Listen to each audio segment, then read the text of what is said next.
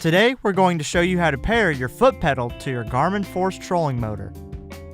The foot pedal is paired with the trolling motor at the factory, but you may need to pair them again if the connection is broken. You will need the Force Trolling Motor connected to power. You will also need the foot pedal either connected to power or powered with batteries. First, bring the foot pedal within 3 feet of the display panel. On the trolling motor display panel, press the power button 3 times to enter pairing mode. The motor status indicator will illuminate blue as it searches for a connection. Disconnect the foot pedal from power and then reconnect it.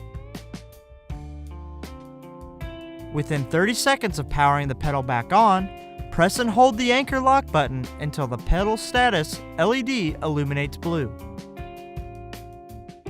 The blue LED indicates that the pedal is searching for a connection and then turns off when it pairs successfully. The motor status indicator on the display panel of the motor then changes to green when the connection is successful.